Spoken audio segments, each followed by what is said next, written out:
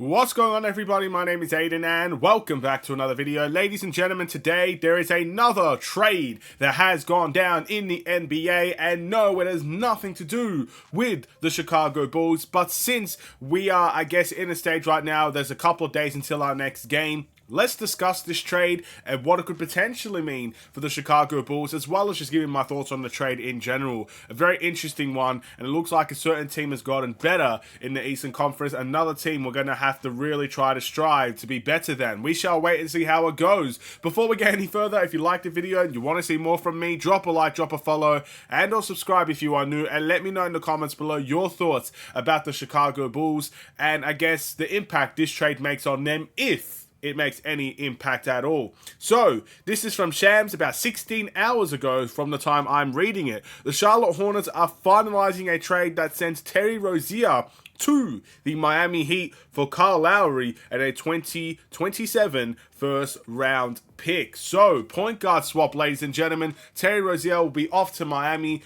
Kyle Lowry will be off to Charlotte. And it looks like things will just move on swimmingly from there. So, what do I think about this trade?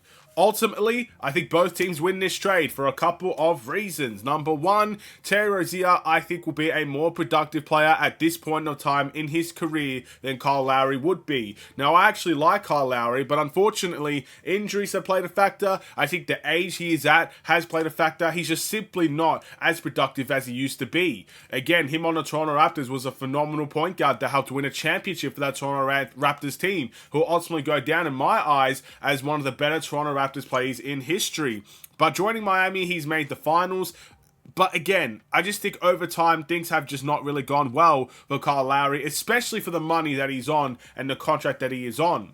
So, Terry Rozier, I think Kyle Lowry is a better veteran and a better leader of a team, in all honesty. But I do feel like, in terms of Terry Rozier, there is more production value there. And I think when you have a guy like Jimmy Butler playing for the Miami Heat, leadership probably isn't a big issue for the Miami Heat, in my eyes at least, looking from the outside in. It looks like they have some leadership already in their team. They need some more production from that point guard position. And I think Terry Rozier will help them in that department. I think it's a good deal for the Miami Heat. And why is this a good deal for Charlotte then? Well, first and foremost, we know Charlotte, with the injuries they have and just how their franchise has gone over the past couple of years, that they're not going to be a very good team for a while. Yes, LaMelo Ball coming back can make the world of difference. That can help bring them some more victories that they don't have now.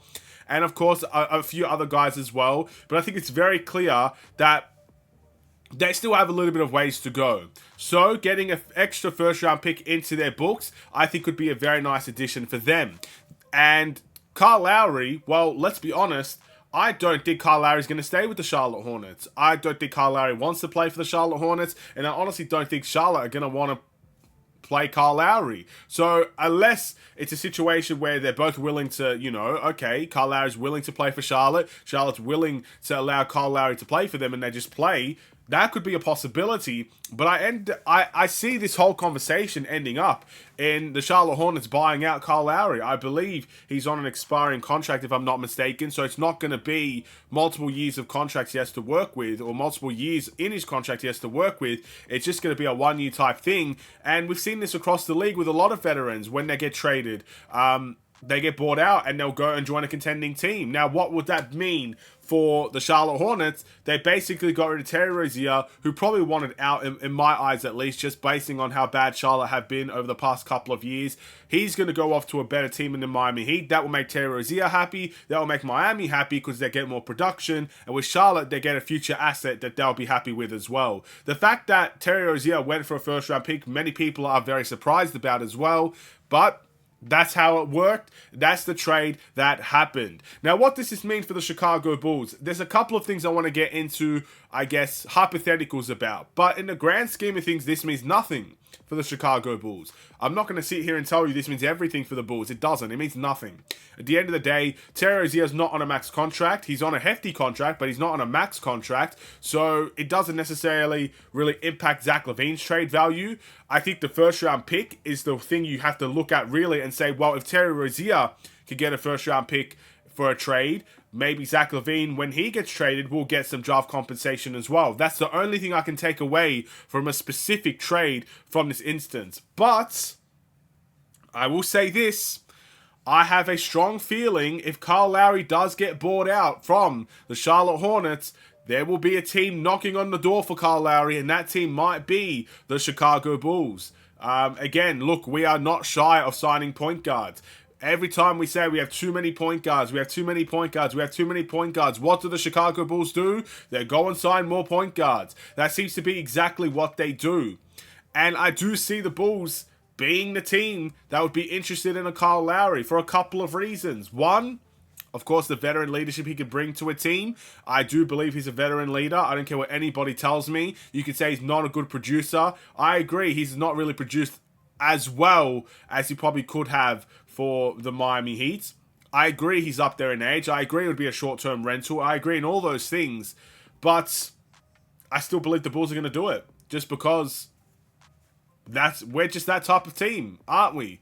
That's how I feel. I feel there is a strong possibility, and I also feel like it's a strong possibility because Kyle Lowry would want to come here and play with DeMar DeRozan for the rest of his, I guess, season. Maybe this might be Kyle Lowry's last season, and he's like, all right, well, I'm going to go play with DeMar DeRozan. I don't know. I really don't know.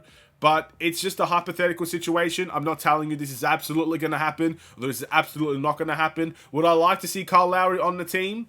I think 2 years ago I would have liked to see Kyle Lowry on the team when we desperately needed some point guard help. But with the development of Kobe White, I think Kyle Lowry would be best on the bench for the Chicago Bulls. But then you have to argue, okay, is he going to take minutes away from Io? Is he going to take minutes away from Caruso? Is he going to take minutes from even guys like Dale and Terry? And then you have to make the argument, is that worth it for the Chicago Bulls? Is it worth taking more minutes away from Ayo Dosunmu to bring Kyle Lowry into the team and see if we can actually win more games? Is it worth taking minutes from AC, which it definitely isn't?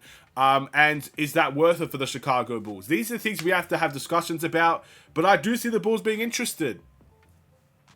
I don't know. I see it. I see at least a story being written about this if Kyle Lowry ends up getting bought out. But if he stays at Charlotte, this means absolutely nothing for the Chicago Bulls except for that first-round pick. I think you look at that first-round pick and you can say, well, Terry Rozier could get one, Zach LaVine could get one. That's the only thing I can take away from a trade like this. But what do you guys think about this trade? Is it a good trade for both teams like I think it is? Do you think it's a bad trade for one of these teams? Did one team get fleeced over the other? Let me know what you guys think. And thank you so much for watching. Drop a like and a follow and or subscribe if you are new. I will see you in the next Chicago Bulls related video. I know this one wasn't really about the Bulls. It's just a hypothetical Kyle Lowry situation and it doesn't really mean too much to the Bulls in all honesty. But again, another team in the East gets better. The Miami Heat have gotten better. They're already ahead of us in the Eastern Conference standings. And in my eyes, they've gotten significantly better as a team because of this Terry Rozier addition. I think they fixed a lot of their half-court offense issues. And I think they're going to fix some toughness issues as well. Even though I think Kyle Lowry is a tough player, I think Terry Rozier is also a guy that is a tough player as well. So it's another team that's making a trade trying to get better. What are the Bulls going to do? I'm not going to really go too much into detail and critique the Chicago Bulls until the end of the trade deadline because I want to give them their chance to try and make a change if they're going to make a change. But after that trade deadline comes around, if there's no trades or no moves that happen for the Bulls, best believe a lot of people will not be happy with that. Just like last season. So we'll wait and see. Stay safe, stay healthy, and stay tuned for more. Take care, and peace.